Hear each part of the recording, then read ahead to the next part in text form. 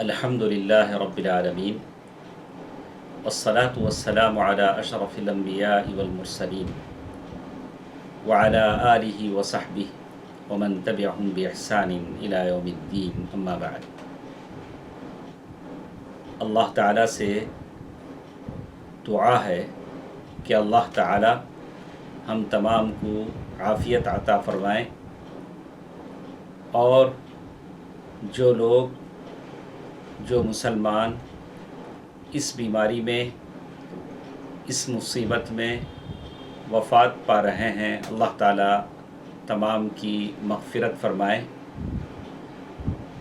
اور اسی طرح یہ جو مجلس ہماری ہے، حدیث کی مجلس، شرح 40 نووی کی حدیثیں ہم پڑھ رہے ہیں، اللہ تعالیٰ جو کچھ ہم پڑھتے ہیں اس پر عمل کرنے کی توفیق عطا فرمائے۔ آج ہمارے ساتھ حدیث نمبر 20 پر 3 ہے۔ اس حدیث کے سب سے پہلے ہمیں جان لیتے ہیں کہ اس حدیث میں کن کن باتوں کا ذکر ہے۔ تو اس حدیث میں وضو کی فضیلت بتائی گئی ہے، ذکر کی، اور اسی طرح نماز، صدقہ، صبر اور تلاوت قرآن، ان تمام چیزوں کا ذکر اس حدیث میں کیا گیا ہے۔ تو سب سے پہلے ہم حدیث پڑھتے ہیں۔ عن ابی مالک الحارث بن عاصم الاشعری رضی اللہ عنہ قال قال رسول اللہ صلی اللہ علیہ وسلم الطہور شطر الایمان والحمد للہ تملأ المیزان وسبحان اللہ والحمد للہ تملأان او تملأ ما بین السماوات والارض والصلاة نور والصدقة برهان والصبر ضياء والقرآن حجة لك أو عليك كل الناس يغدو فبايع نفسه فمعتقها أو موبقها رواہ مسلم۔ یہ حدیث نمبر 20 پر 3 ہمارے ساتھ ہے۔ اس کا ترجمہ ہم سنتے ہیں۔ ابو مالک اشعری رضی اللہ عنہ کا بیان ہے کہ رسول اللہ صلی اللہ علیہ وسلم نے ارشاد فرمایا،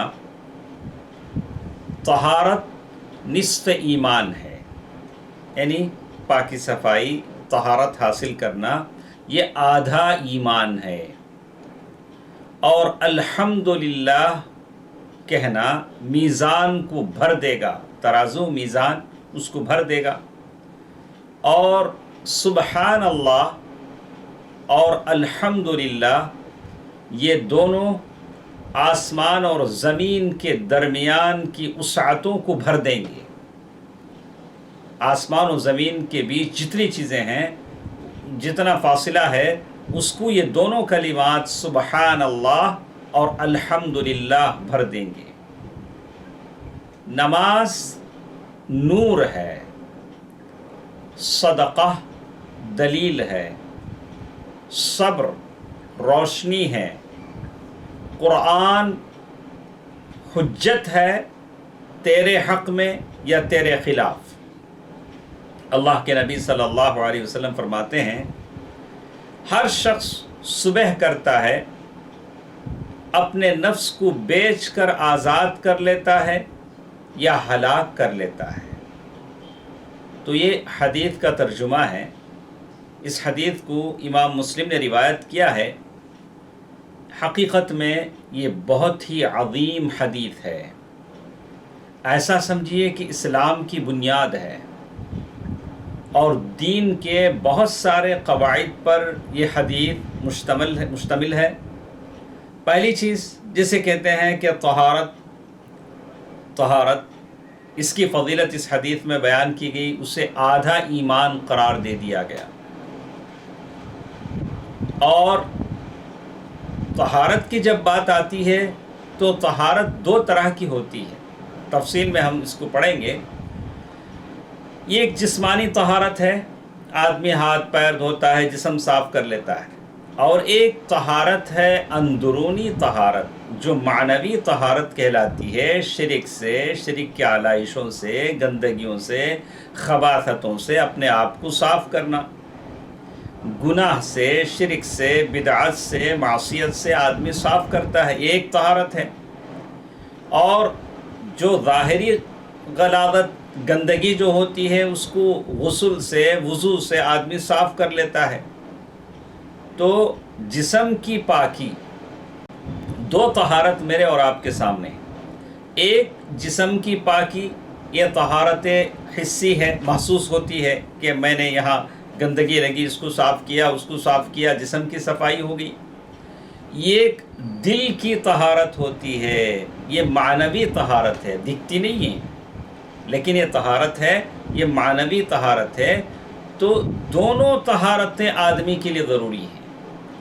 آدمی وضو بناتا ہے، وضو ختم کرنے کے بعد وضو کی دعا پڑھتا ہے، وضو کرنے کے بعد کی دعا پڑھتا ہے، شہادہ اس میں کلمہ ہے۔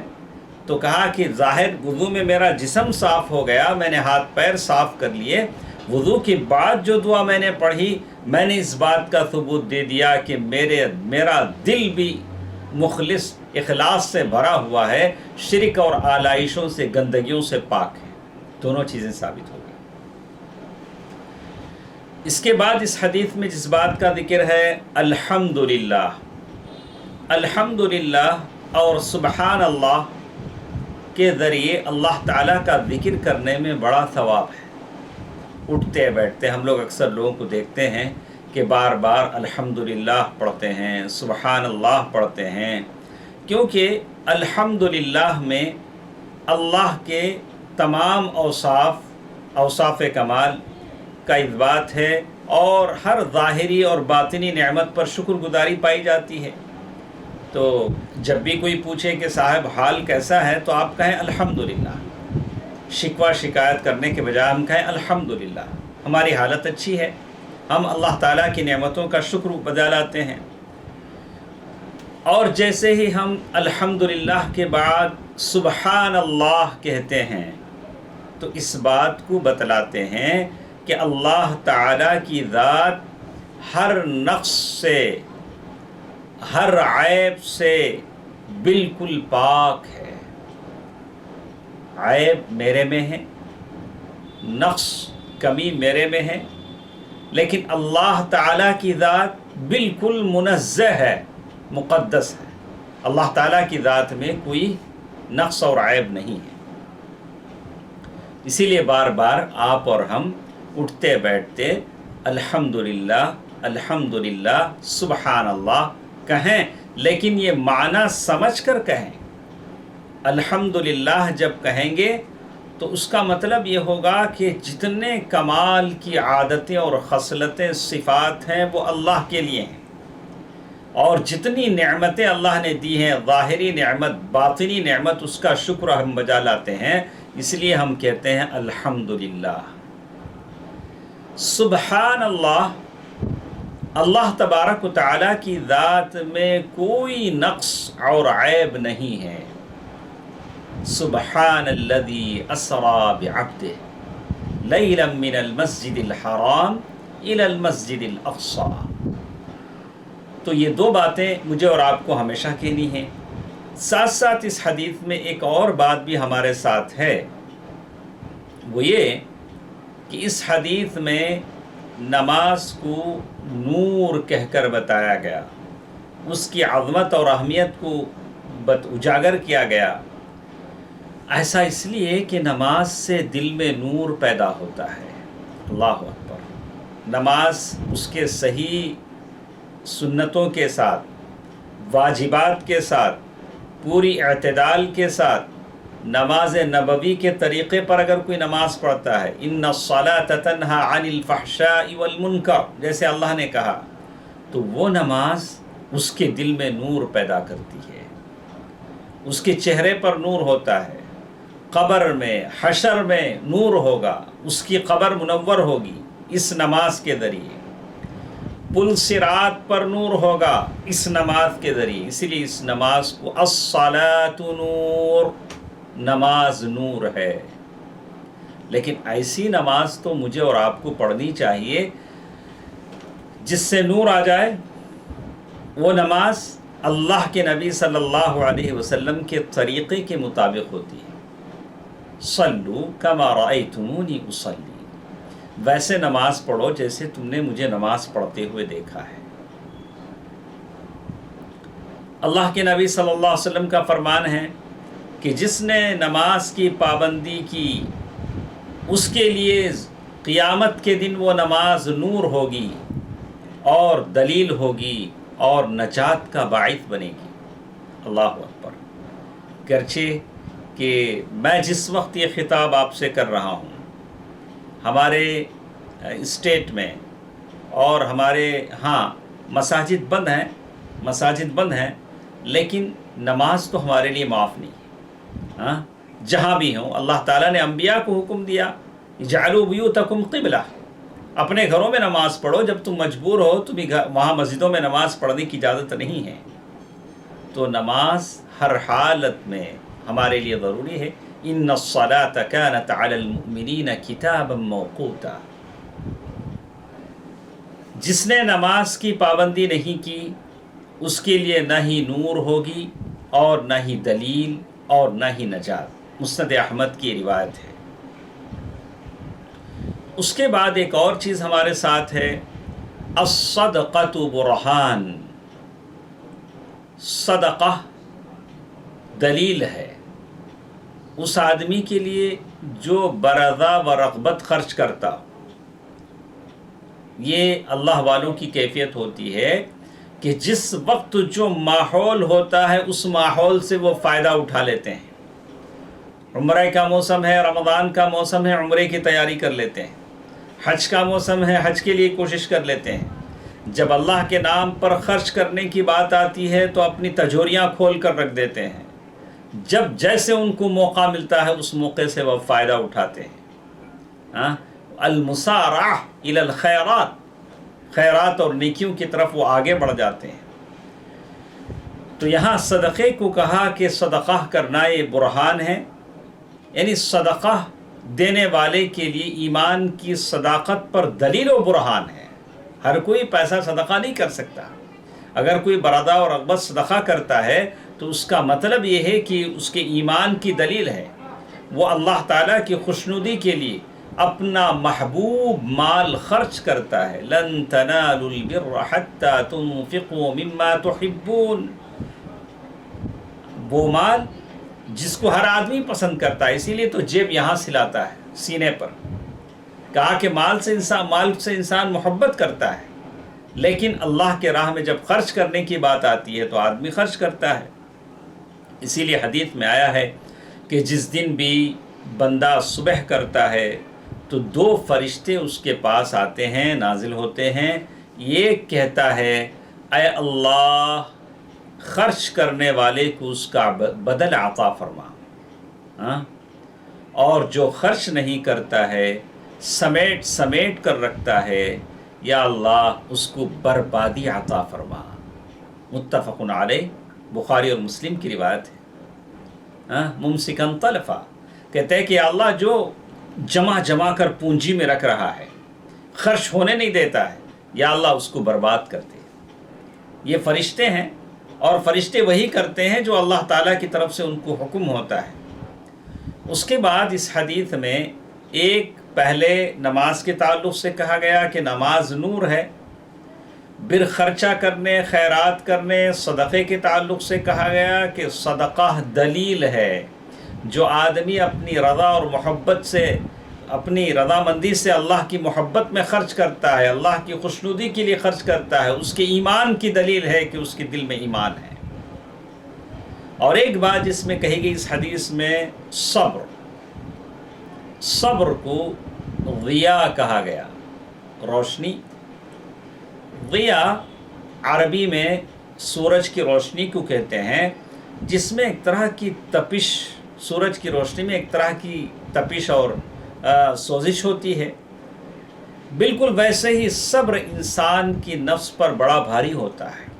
صبر ذرا مشکل ہوتا ہے، مشقت اس میں آتی ہے، اور نفس کی مرضی کے خلاف آپ کو صبر کرنا پڑتا ہے، اسی لیے اس کو الصبر ضیاء سے اللہ کے نبی صلی اللہ علیہ وسلم نے تعبیر فرمایا ہے۔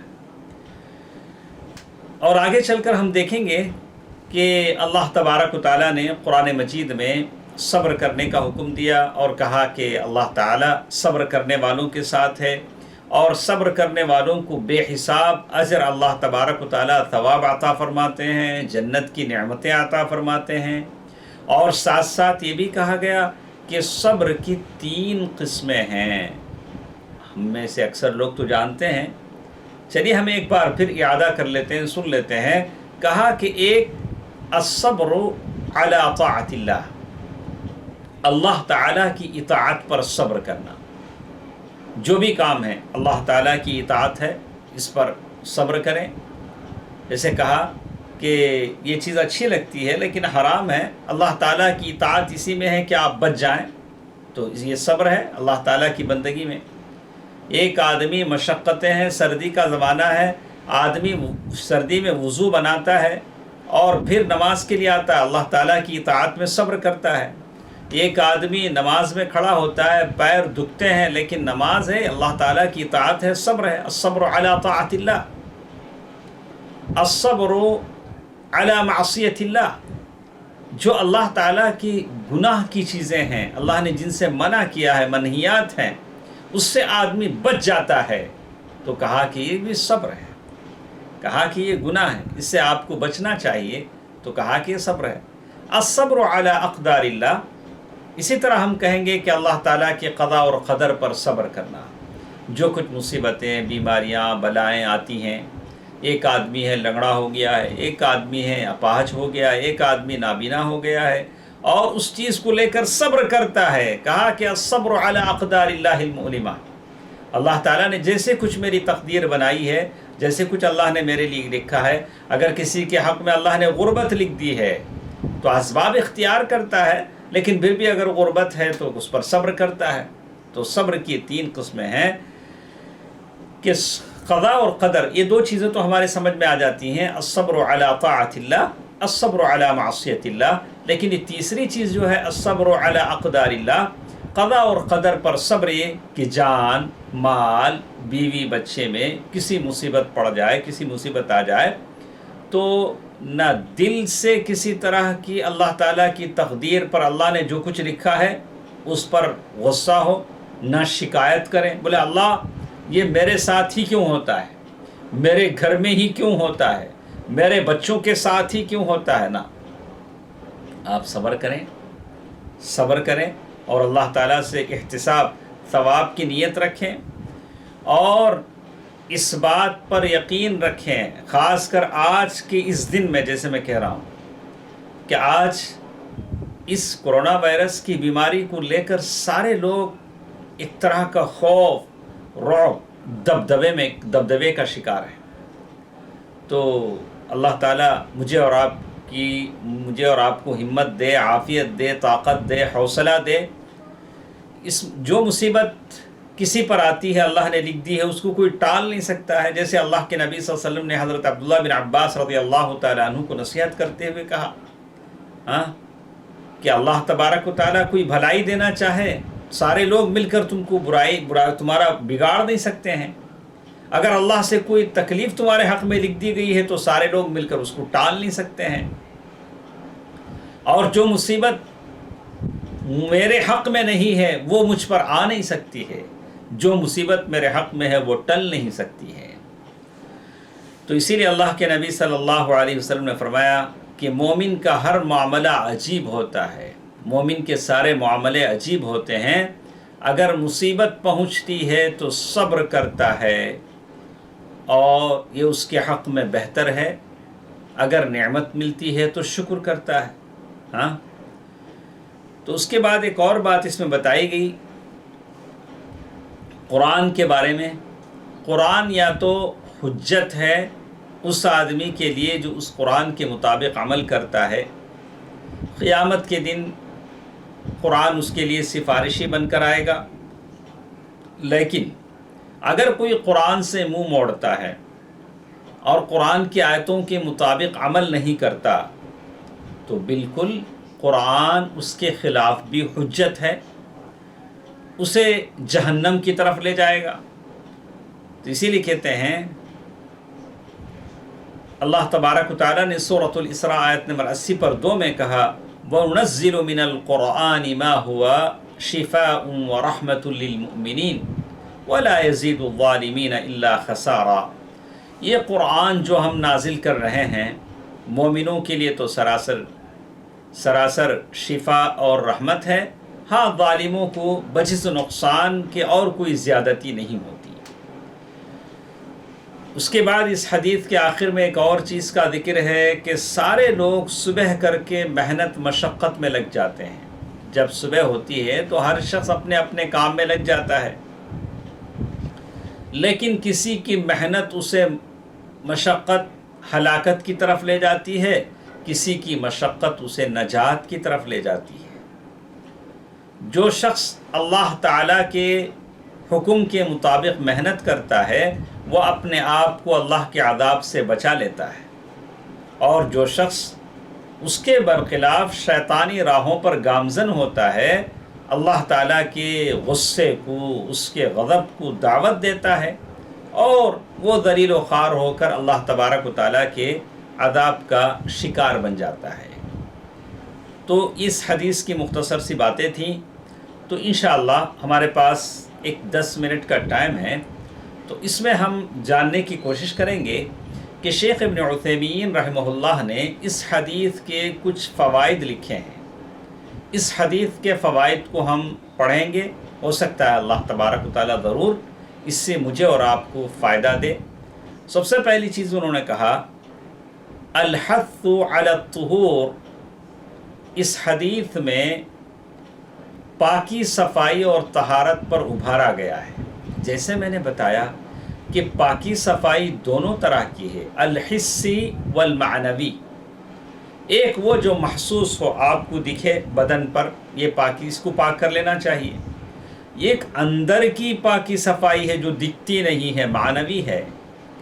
بظاہر آدمی اوپر سے کتنا سفید پوش ہو، ہاں سب کچھ ہو، لیکن اندر سے گندا ہو تو معاملہ مشکل ہے۔ تو آدمی کو کوشش یہ کرنی چاہیے کہ وہ دونوں طرح سے پاک و صاف ہو۔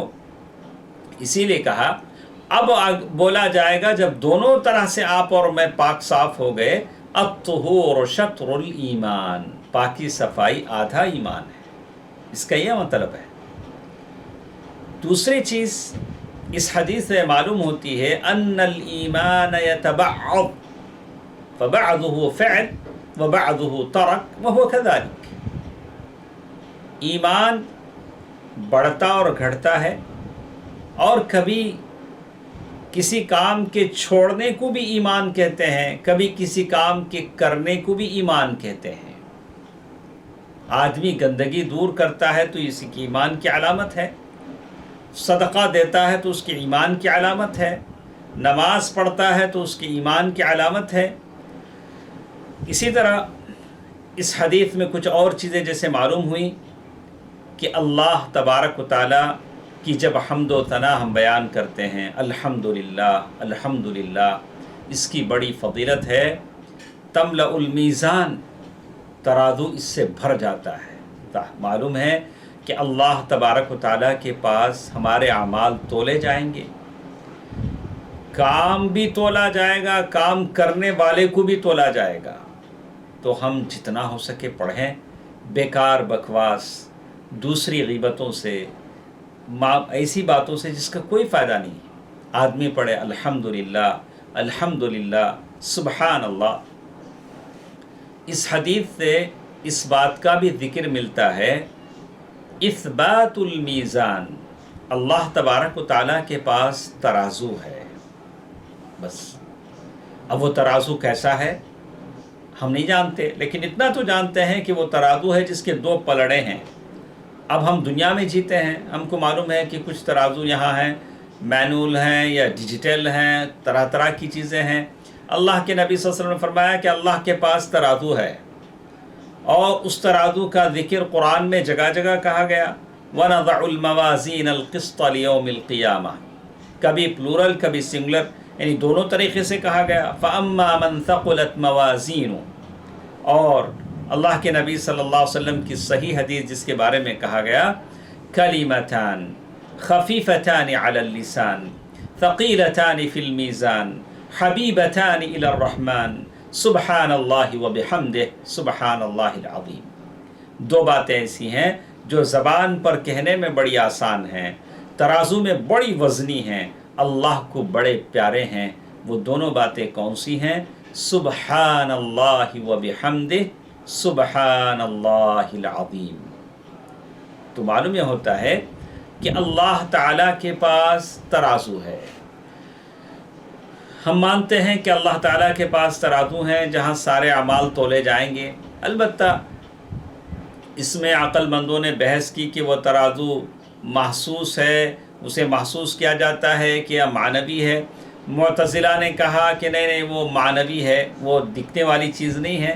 اس کا مطلب یہ ہے کہ اللہ تعالیٰ انصاف کو قائم کریں گے، اس لیے کہ وہ عقل پر تولتے ہیں ساری چیزوں کو. انہوں نے کہا صحیح بات یہ ہے کہ مجھے اور آپ کو کیا ماننا پڑے گا جب ہم پڑھیں گے کہ اللہ تبارک و تعالیٰ کے پاس ترازو ہے، تو ہم کیا مانیں گے؟ انہ حسی، اللہ تعالیٰ کے پاس ایک ایسی ترازو ہے جو سچ مچ میں دیکھی اور چھوئی جائے گی. اللہ تعالیٰ ترازو رکھیں گے. اب وہ کتنی بڑی ہوگی وہ اللہ تعالیٰ کو معلوم ہے، لیکن اتنا تو بتایا گیا لہو کفتان، اس کے دو جیسے ترازو کے ہوتے ہیں. اللہ تعالیٰ اس کی بہتر جانتا ہے. کہا کہ اس کے دو پلڑے ہیں. وَلَهُ لسان، اور ترازو کی زبان بھی ہوگی جس میں اچھے اور برے کام تولے جائیں گے. یہاں ایک سوال پیدا ہوتا ہے کہ بھئی جو اعمال ہیں جس کو آپ ڈیڈز کہتے ہیں، جو اعمال ہیں، اعمال کیسے تولے جا سکتے ہیں؟ حالانکہ وہ ایک فزیکل یعنی باڈی یعنی ایسی چیز نہیں ہے جسے تولا جائے. آپ کیسے تولے جا سکتے ہیں؟ تو آسان ہے. اللہ تبارک و تعالیٰ نے سورہ بقرہ اور آل عمران کے بارے میں کہا کہ اللہ غمامتان یا غمامتان تضلان صاحبہما، کہا کہ سورہ بقرہ اور سورہ آل عمران کے بارے میں کہا کہ وہ بادلوں کی طرح سائے کریں گے. تو اللہ تعالیٰ عمل کو بھی جسم دے گا اور ترازو میں تولے گا. اللہ تعالیٰ ہر چیز پر قادر ہے. اور اللہ تعالیٰ نے یہ بھی کہا کہ قیامت کے دن موت بکرے کی شکل میں لائی جائے گی. اللہ کے نبی یعنی اللہ کے رسول صلی اللہ علیہ وسلم سے حدیث میں ثابت ہے. اللہ کے رسول صلی اللہ علیہ وسلم نے کہا، حدیث ہے کہ ان الموت یؤتی بہ یوم القیامہ علی صورت کبش فیوقف بین الجنۃ والنار ویقال یا اہل الجنہ.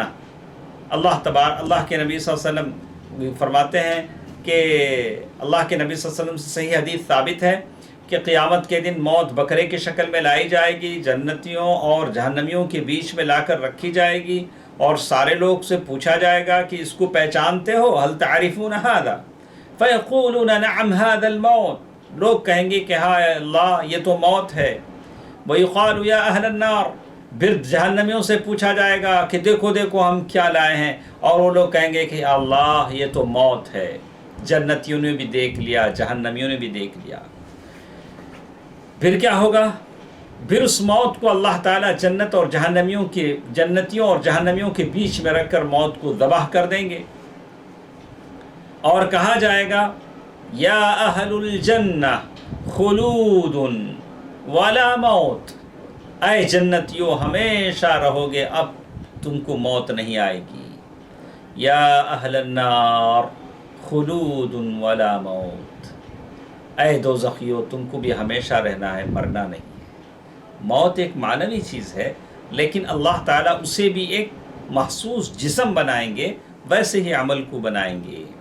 تو معلوم یہ ہوا کہ اللہ تعالیٰ کے پاس ایک ترازو ہے، اس کے دو پلڑے ہیں، اس کی زبان ہے، اور آدمی جب بھی ذکر کرے سبحان اللہ والحمدللہ اس کو بولے.